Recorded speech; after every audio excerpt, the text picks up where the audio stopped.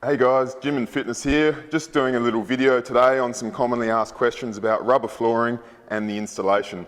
So first off, you need to put some thought into making sure you're getting the most appropriate material for the job. So in this instance, we're using rubber flooring underneath some strength equipment. So bars, weights, free weights, dumbbells, bumpers. So this is usually the material of choice, especially for CrossFit gyms as well. So for the preparation, to make sure the surface that's going on is good, you need to make sure it's a reasonably flat surface. So in this case, we've got polished concrete, which is the ideal surface.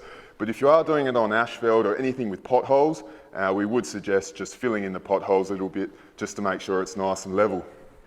The next thing to consider is how you're going to start laying it. So usually you'll pick a feature wall or one main wall and you'd work off that as a guide. In this case, we're going to be starting in this corner here and working the whole way back down there, running off this wall and then going back across to the other wall. Another important thing to consider is the pattern that you're going to lay the tiles in. So there's two main patterns. One is called a crisscross pattern, which is when you have the tiles all lining up, sort of square by square. So a crisscross pattern looks like a game of noughts and crosses where they all line up like this and all the lines line up the whole way through. Generally, we don't recommend this for areas over 20 square meters. The main reason for this is rubber flooring, just because the way it cools when it comes out of the molds. There is a little bit of size variation, so it's usually plus or minus 2 millimeters per tile for the commercial grade stuff, and a little bit more variation for the economy rubber. So for big areas like this, we suggest using the brick pattern. So that is how it was offset by half a tile.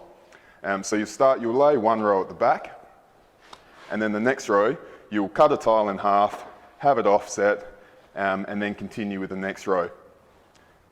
The reason for this is it just breaks up the room a little bit. So instead of having lines in between the tiles, running the whole length of the room, and then any imperfections really catch your eye, if it's like this, it's broken up, and it looks a lot better finished product. All right, one question we often get asked is what's the best way, firstly, to cut the tiles. The best way is if you can use a metre long steel ruler and usually a pencil and a sharp Stanley knife.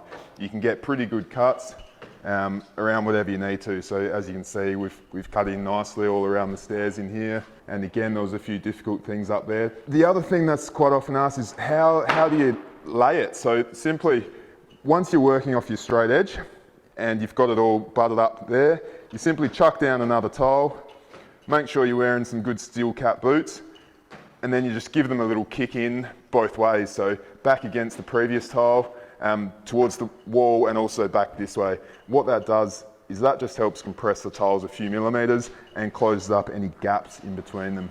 You still do see the odd tile with a small little gap in between it, but usually over time you'll find that all the rubber will just sort of fill up those gaps, and they're pretty hard to see, especially if you're looking at a large area. All right, here we are. We've laid all the tiles apart from those that need cutting and a few down the end. So what we've done is all the ones that need cutting, just leave them hanging over the side, and then you can go around and cut them all at the end. It's probably a bit of a quicker way to do it. So to get you an idea of the time taken, this is approximately 200 square meters, and it's taken two of us about 3 hours to get to this stage, and then we'll have a guess it's probably an hour or so more of cutting. But keep in mind, this room is quite a nice room to tile, so the majority of it is square. So if you do have a lot of angled walls and other corners and uprights to cut around, do factor that in as a bit more time. The easiest way to cut tiles and to cut tiles into your wall is to do a thing called tile on tile. That involves, once you've got your bulk of your tiles laid, you're going to put your last tile in against the wall. You line it up over another tile that you've already laid. So the tile is flush against the wall. You get your Stanley knife, and you score this tile along the edge with your Stanley knife like so. And that's going to give us a line in this tile to cut. But usually when you're cutting tiles, it takes a couple of cuts with a sharp Stanley knife. Always make sure your Stanley knife is very, very sharp.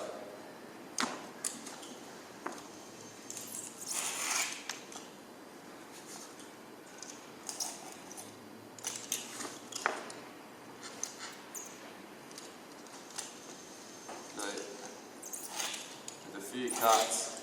It should come off pretty clean. Okay, now we're going to disregard that tile, that bit there. Now this tile is what we've wanted to cut. Put that aside for now. We replace our tile that we cut with our full tile that we used to measure. And now this tile should fit perfectly against your wall. Now obviously what we're doing is we're doing the brick pattern. So if your wall isn't too out, it should go like that.